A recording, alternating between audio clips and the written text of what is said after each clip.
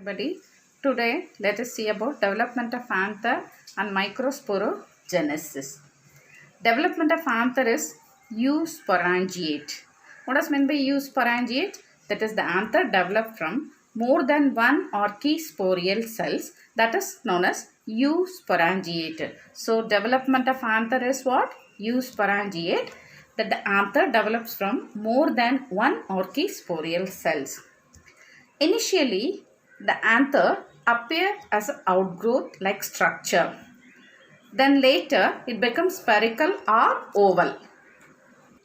Initially, the anther appears like outgrowth and then it becomes spherical or oval shape. You can see here, this seems to be oval shaped. At this stage, it is a mass, we can see this mass of meristematic cells surrounded by an outer thick layer known as epidermis. So it is surrounded by a mass of meristematic cells, and the cells which surrounds the meristematic are known as epidermis, which is thicker. Then later you see the second figure. First, what forms now in the middle region? Vascular tissues are formed. In the middle region, what tissues are formed? Vascular tissues are formed.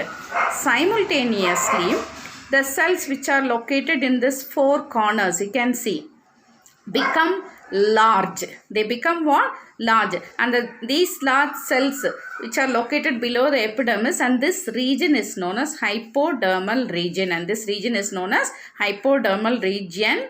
And these cells become large, and this cell is known as archisporial cells.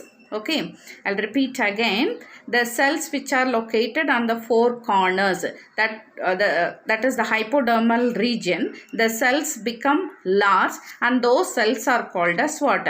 Archisporial cells. Then next you can see this archisporial cells divide periclinially. What is meant by periclinial division? See, this is known as periclinial division. It undergoes periclinial division and form two types of cells: primary parietal cells and primary sporogenous cells. So, this archisporial cells divides periclinially and form primary parietal cells and primary sporogenous cells. Primary parietal cells undergoes periclinial division and anticlinal division. Already I have shown periclinial and anticlinal division. See, this is periclinial division and this is what division? Anticlinal division.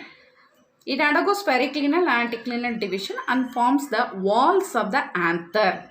The walls may be 3 to 5 layer, and the walls of the anther are: first one is endothecium, second one is middle layer, third one is tapetum.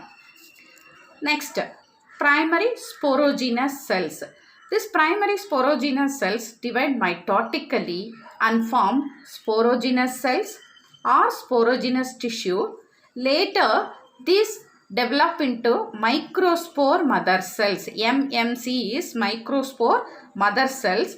This takes place during the formation of wall of pollen sacs. This takes place during the formation of wall of pollen sacs. Next, this each microspore mother cells produce 4 haploid microspore or pollen grain. Now, pollen grain is formed by means of what division? Meiotic division or reduction division. So, how pollen grain is formed? It is very important. By means of what division? Meiotic division or reduction division. And how many pollen grains are formed from each microspore mother cells? 4 pollen grains are formed from each microspore mother cells. Initially, all the 4 microspores are attached together with the help of callose layer. So, it is known as tetrad. Initially, all the 4 microspores are attached together with the help of callose layer. That is known as what? Tetrad. Then, the tapetum secretes enzyme. What enzyme? Callase enzyme, which dissolve the callose layer. While these taking place, at the same time, ubisque bodies are formed, and then ubisque bodies are surrounded by sporopollenin. This already I have explained in previous class. What is sporopollenin? Polymer of carotenoids. You know the function of hibiscus bodies also. This already taught in previous class. This forms the exine of pollen grain, that is outer coat of pollen grain. Microspore mother cells, each microspore mother cells produce 4 haploid pollen grain, which initially they are attached together. I have said already. You can see this in this figure. See this type. See 1, 2, 3. The fourth one is at the back side. So this type is known as tetrahedral. It is found in dicots. And this is isobilateral monocots. And this is decussate. Another one is at the back side. Then T-shaped. Then linear. Okay. All the above type of tetrads are found in Aristolochia elegans.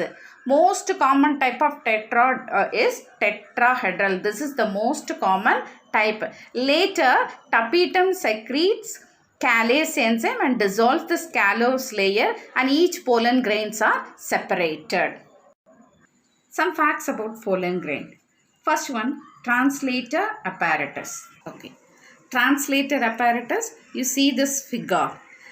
In Asclepiadaceae family and Orchidaceae family, or Asclepiadaceae family, example Calotropis, the pollen grains are joined together to form a bag-like structure. This is called pollinium. The pollen grain joined together to form a bag-like structure, that is called pollinium, and this pollinium is attached to the corpusculum by means of cordicle. This corpusculum is adhesive, that is sticky in nature. That's a bilobed disc. You can see here. Next, polyspory. What is polyspory?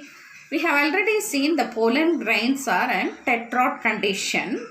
More than 4 is found in the tetrad condition, then it is called as polyspory. That is, more than 4 pollen grain is found. It is known as what?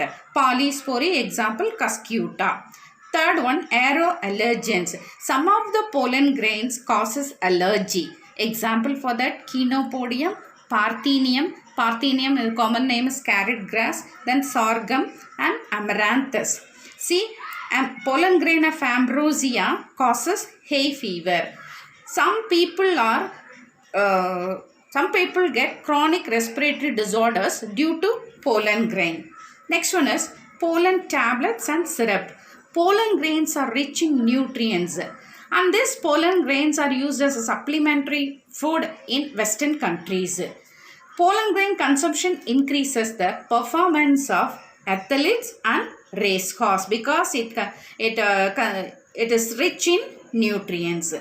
Next, fifth one, Cyperaceae family, only one pollen grain is formed. In Cyperaceae family, only one pollen grain is formed. Then, largest pollen grain is found in Mirabilis, smallest pollen grain is found in Myosotis, longest pollen grain is found in Zostria. How is the pollen grain? No, it is long ribbon, but in this pollen grain, no outer coat. Exine is absent. What is absent? Exine is absent. And in some of the type, 8 nucleated embryo sac type pollen grain is found in some plants. As example, hyacinthus. 8 nucleated embryo sac type is pollen grain is found in hyacinthus, and it was discovered by Neet, and this phenomenon is known as Neet phenomenon. What is meant by Neet phenomenon? 8 nucleated embryo sac type pollen grain is discovered in hyacinthus by Neet, so it is known as Neet phenomenon. Next, viability of pollen grain. Rice and wheat, the pollen grain viability, that is duration, it lives only for 30 minutes. Then Rosaceae, Leguminaceae and Solanaceae, it is viable for months. Then this viability of pollen grain depends upon the temperature as well as what? Humidity. See, it is possible to store pollen grains, large number of many species for years. How can you store the pollen grains? It can be stored by using liquid nitrogen at minus 196 degree centigrade. Such a stored pollen can be used as pollen banks. Such stored pollen grains can be used as pollen banks. This pollen bank is similar to seed bank and it is used in crop breeding program.